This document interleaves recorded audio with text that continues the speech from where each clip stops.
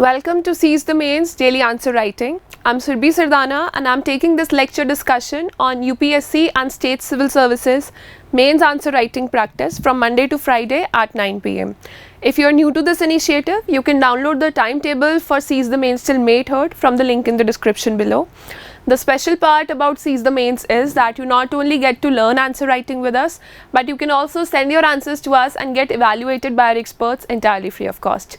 So it's day 47 of Seize the Mains and the topic for today is from GS paper 3, Effects of Liberalization on the Economy. So questions from this area have not been very frequent, and whatever questions that come from this area will be looking back at the past or some process that has been going on or has been frictioning in the economic setup of India. So here we are taking a previous year question and let's see that what was the question and how can this be addressed, what are the parts that you have to see while writing the answer to it.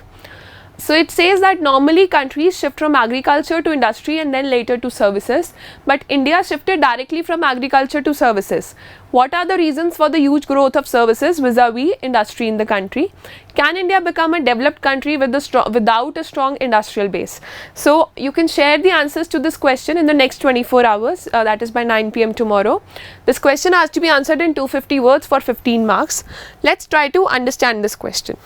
So if you have gone through your economy notes or whatever you are doing for economy, you must know that we don't have a strong manufacturing base in India. We have very like a high number of medium and small scale enterprises, and they cater to the rural or semi-urban employment, and they generate a lot of GDP and employment, but on an international level we are not able to compete through our MSMEs.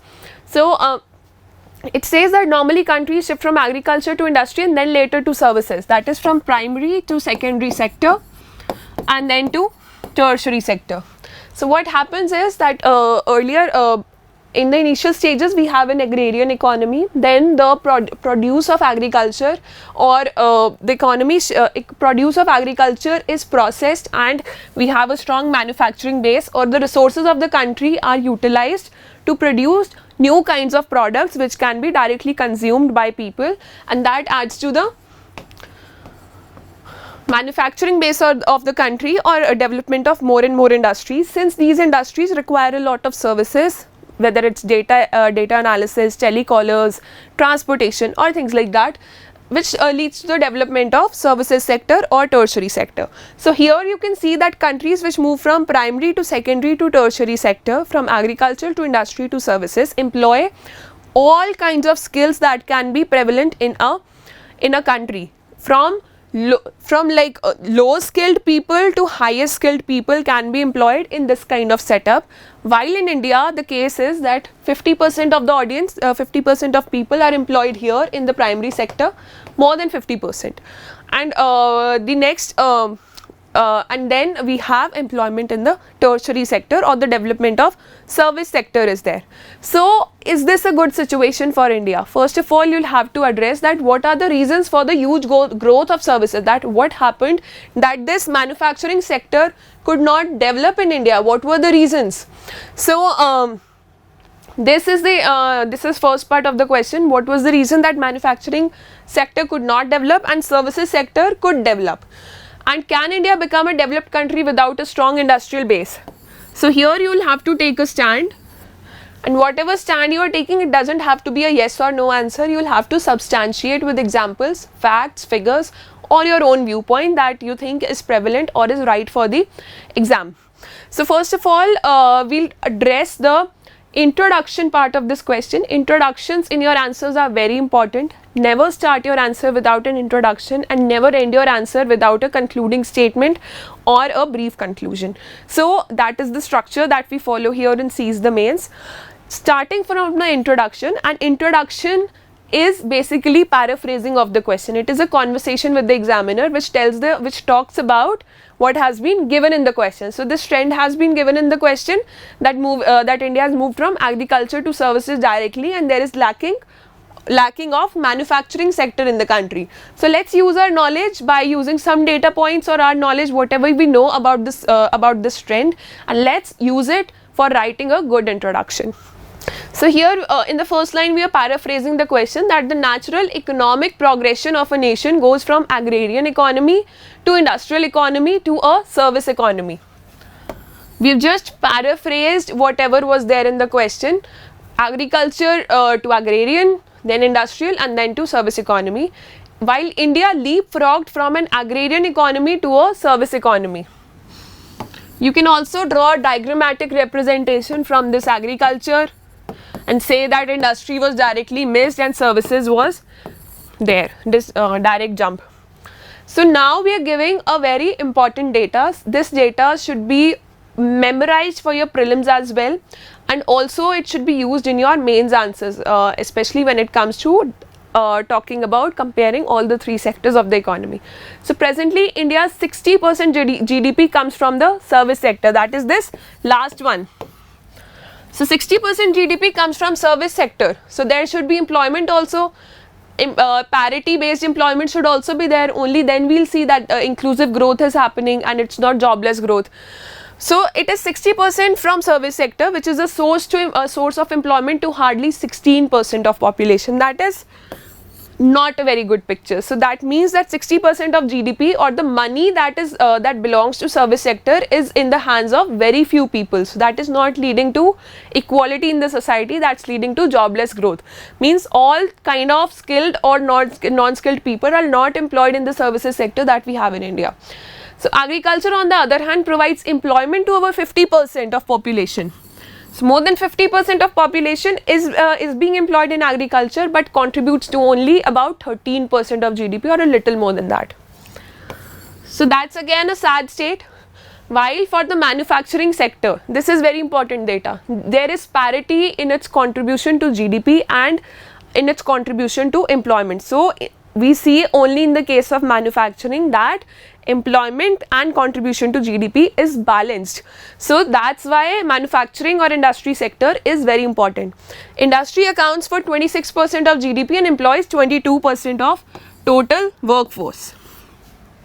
So here with the data itself we have proved that no, moving from agriculture directly to services is not a good approach given the diversity in India, given the kind of population or the overpopulation or the demography that we have in India. More and more workforce is available in India as compared to any of the countries of the world.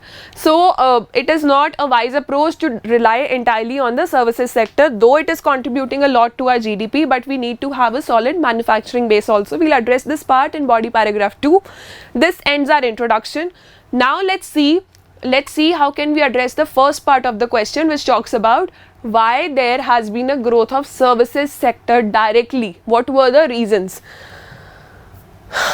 So there can be two types of reasons. One reason can talk about the positive aspects, that what were the positive situations available which led to the growth of service sector, and what were the negative reasons that were there in place which deprived the growth of manufacturing sector, or due to which industrial growth in India could not take place. So first we'll address the reasons for the low growth of industrial sector, and then we'll address the reasons for the high growth of service sector. So moving on, this is your linkage point.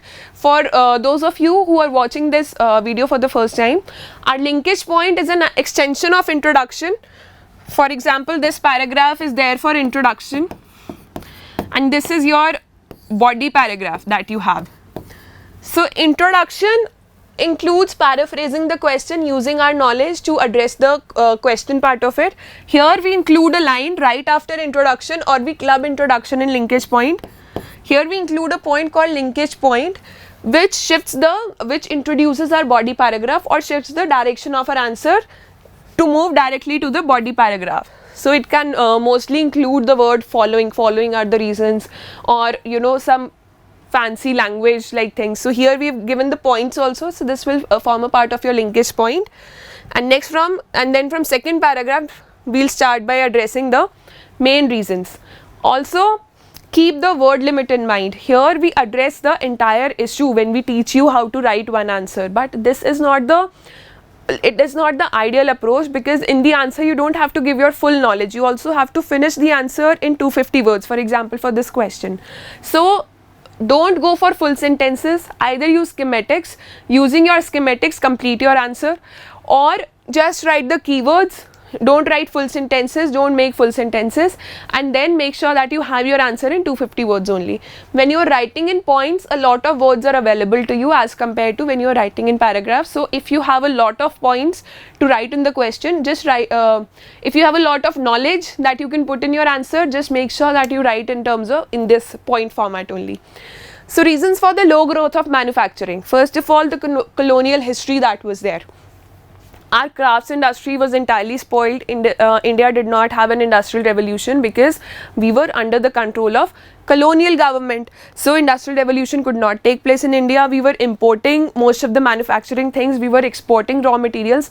And after independence, we indirectly followed a policy of socialism. So government was coming up with its own industries, and after a certain point in time, these government-led industries could not compete on an international level and could not turn themselves into fully successful corporates. So when after this LPG reforms, before LPG reforms, a lot of license Raj was there. Corporates like private sector was not allowed to enter most of the industries. Only governments were functioning there, and that time it was there to promote jobs, government jobs in India, or to promote equality and to prevent any kind of control by foreign agencies or any private companies of like other countries. So that was a positive step, but that time from independence to LPG reforms, this time was there for India to develop a solid industrial sector, and this time was missed. So after LPG reforms, a lot of reforms took place, but license Raj was prevalent. Industries were still in their nascent stage. Many industries were shut down after LPG reforms, and many industries just could not take up. Most of the manufacturing products were directly imported because of because they were available cheaply. So restrictive labor laws, in fact these Factories Act and many labor laws which also vary from state to state, now they have been freed up, now they have been changed, they have evolved with time, and they keep on evolving on an yearly basis. But earlier they were very strict, and industries were apprehensive to set up their bases in India. So that expansion of industrial sector could not take place. We'll quickly read all these points that we've just understood, and we'll see that how to address them in your answer. So restrictive labor laws like IDA contract law made intensive industrial expansion tough. State and industrialization led to growth of inefficient industrial companies which could not expand efficiently or could pace up technologically. Closed Indian economy, this was the reason. Since this is a part of your post LPG reforms and its effect on Indian economy. So closed Indian economy gave industrial houses monopolies and thus little incentives to invest in efficiency or develop new technology. When there is lack of competition, people don't evolve with time, and similar was the case with Indian industries because there was no competition available. There was guarantee from the government that foreign industries will not be allowed in India. So those companies did not evolve their technology, did not improve their technology. So regulatory problems in land, labor and operations. You can club this point with the first one, it is up to you. And difficulty in opening and operation of industry, MSME and manufacturing units in India. In fact, laws regarding shutting down of industries are very stringent. There are so many papers that have to be involved. There are so many industries which are just running on paper, which have run into losses, but shutting them down has been very tough. And recently, in the past 4 or 5 years, changes have been introduced by the government to shut down industries when they get into losses. So lack of financial and credit facilities. Because we were still a developing country, so there was this lack of finances which was there, discouraging FDI. Also, this balance between fears of being acquired by any other country, or not being acquired by any other country, but being subjugated to private interest of corporates of other nations or of our own nation. Balance between those fears and promoting equality in the society. That balance has to be very fine.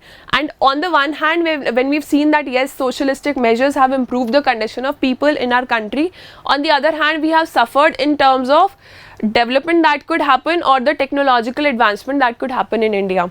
So in a democracy like India, in a diverse society where we have preamble, we have like superiority of constitution. This is a never ending debate, that whether we want development and modernity, technological advancement, or we want the interest of people to be secured in the long run. So lack of financial and credit facilities discouraging FDI in India, which led to suppressing of investment needed for growth and starved industries of needed latest technology.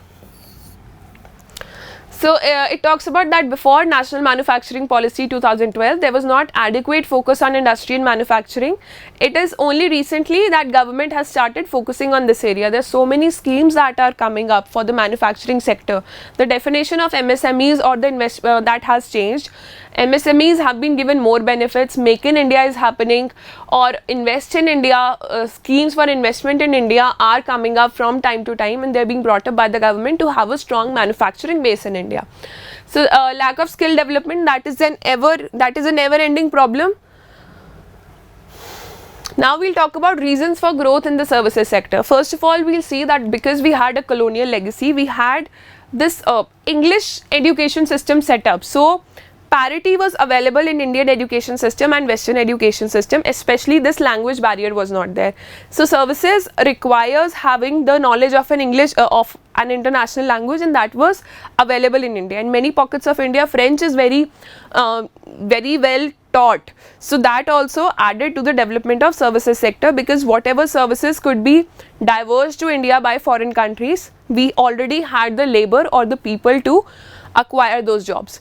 So pre-1991, industrial sector was heavily regulated by licensing and other regulations, but for services there was no such regulation. So services sector was growing freely. There was this demographic dividend. A lot of youth was there in India, and it is still there in India more than ever. So availability, and youth is energetic when it comes to work. They can spend more hours on work, they can complete projects earlier. So having a demographic dividend added to this benefit. Many memorandums of understanding were signed with Western countries, which included migration for a short span of time, or which included diverging of jobs available in developed nations to India, especially based in the service sector. So that was their favorable time zones. That is also added benefit. Internal and external demand. The worldwide demand of services sector with increasing economy and purchasing power has influenced greatly in growth of service sector. So availability was there, and lastly it is about service sector was always seen as prestigious. Jobs in the service sector, for example, health experts, doctors for example, or in like government services, civil services for example, these jobs in colonial times in British India, they were taken by Britishers. So after independence also, this ideology has continued, this mindset has continued, that these are elite jobs, these are jobs of the elites.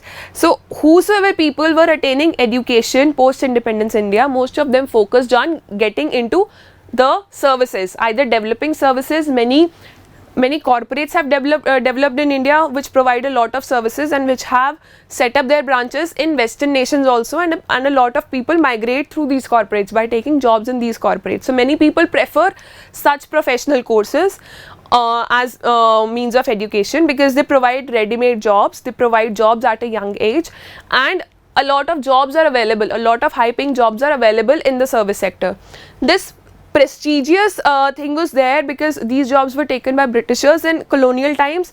So Britishers was seen as elite or somebody higher. So in the post-independence period, this idea continued that these jobs are the ones that have to be grabbed, and these are the jobs that lead to an ideal life, or they led to a lot of respect in the society. So people were always inclined towards working in the service sector as compared to working in the manufacturing sector.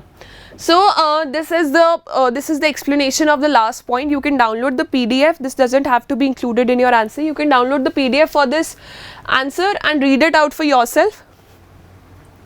Now addressing the second part of this question, that can India develop with only a robust services sector and cancelling out on the manufacturing sector entirely? So the clear answer could be yes or no. From our side it is no, because for a diverse country, for a large country like India, we need jobs for all levels of skills. There is social inequality, there are so many social inequalities. People born in a certain kind of family have this luxury of education, and education is a luxury in India, so not all people can acquire all kinds of skills. Education is a luxury, having skills is a luxury, so we have those social inequalities and they're traveling through generations. To have social mobility, we need to provide jobs to all kinds of people, whether they're skilled, semi-skilled, or like, you know, very highly skilled. We need to have jobs for all kinds of people. So for and they cannot be accommodated in the services sector. They can be accommodated only we have the industrial base.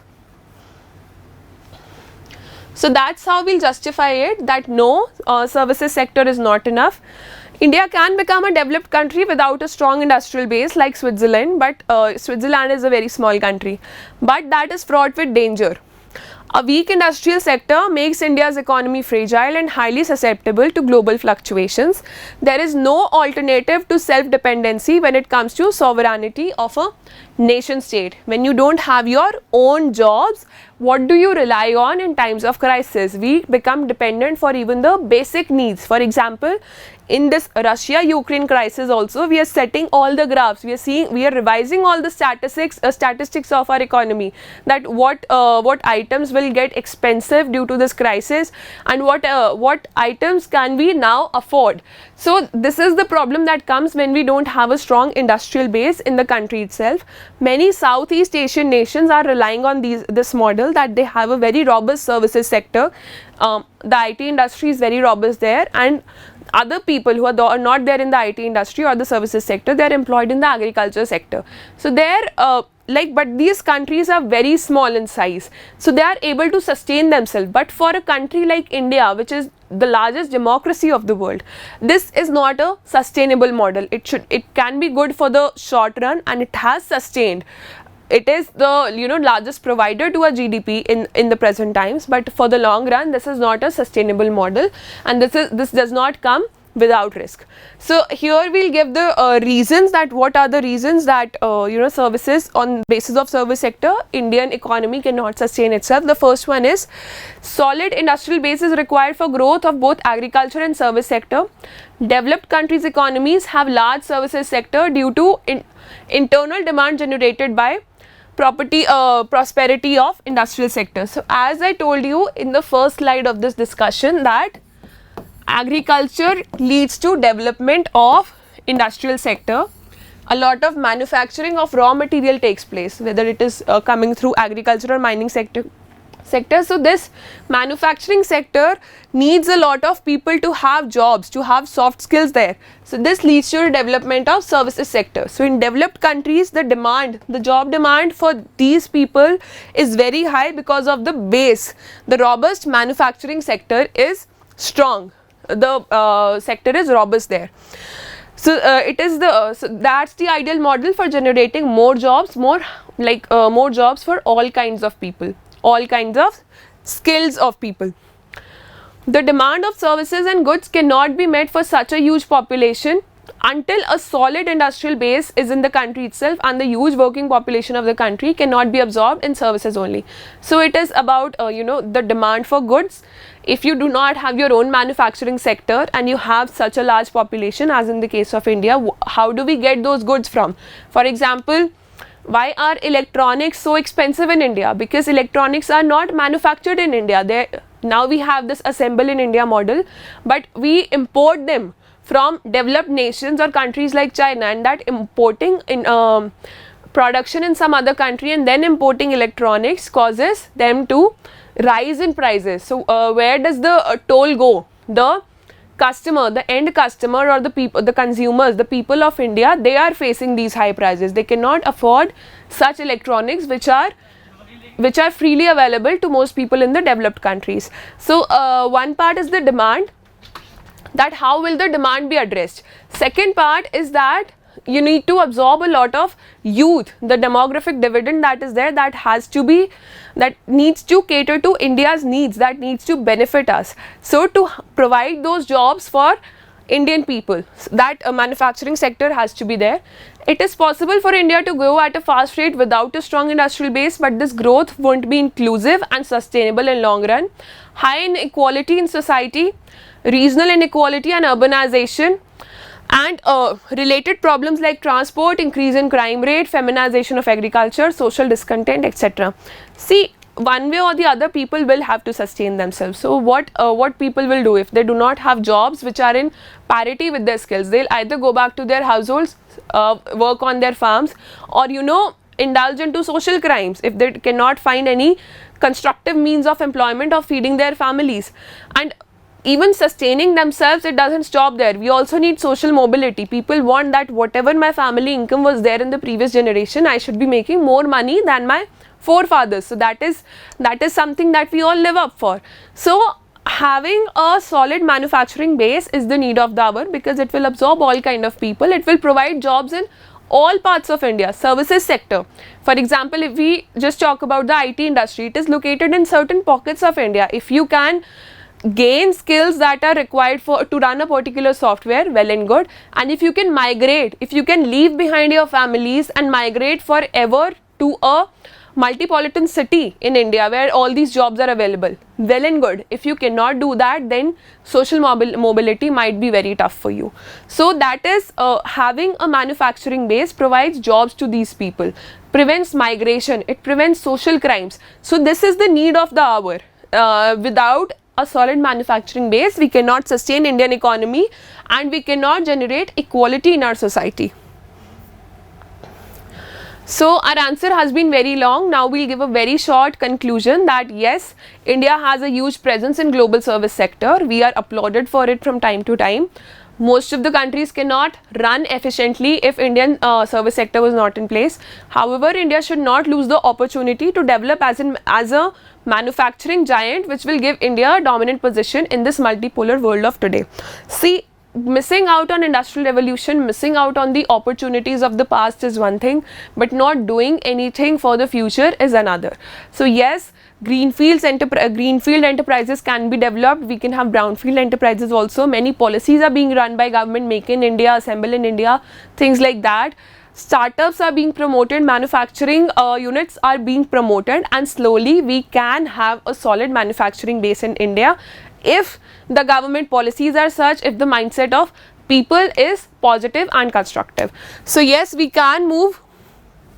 We have moved from an agrarian economy to a service sector based economy, but that doesn't have to stay the reality of India for the long run, and that is not an ideal reality for India. So send your answers to us for this question in the next 24 hours. Keep working hard, have faith in your answers. Whatever you are writing is right. Just keep practicing. It's prelims. Prelims is approaching very near if you are appearing for UPSC or state civil services this year, or all kinds of state preliminary examinations are approaching.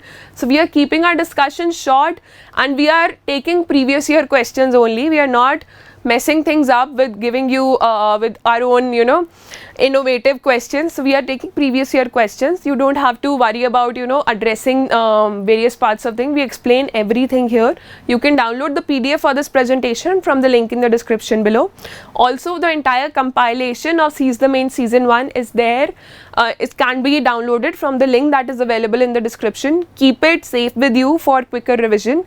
Keep writing, keep working hard, keep practicing, and all the best.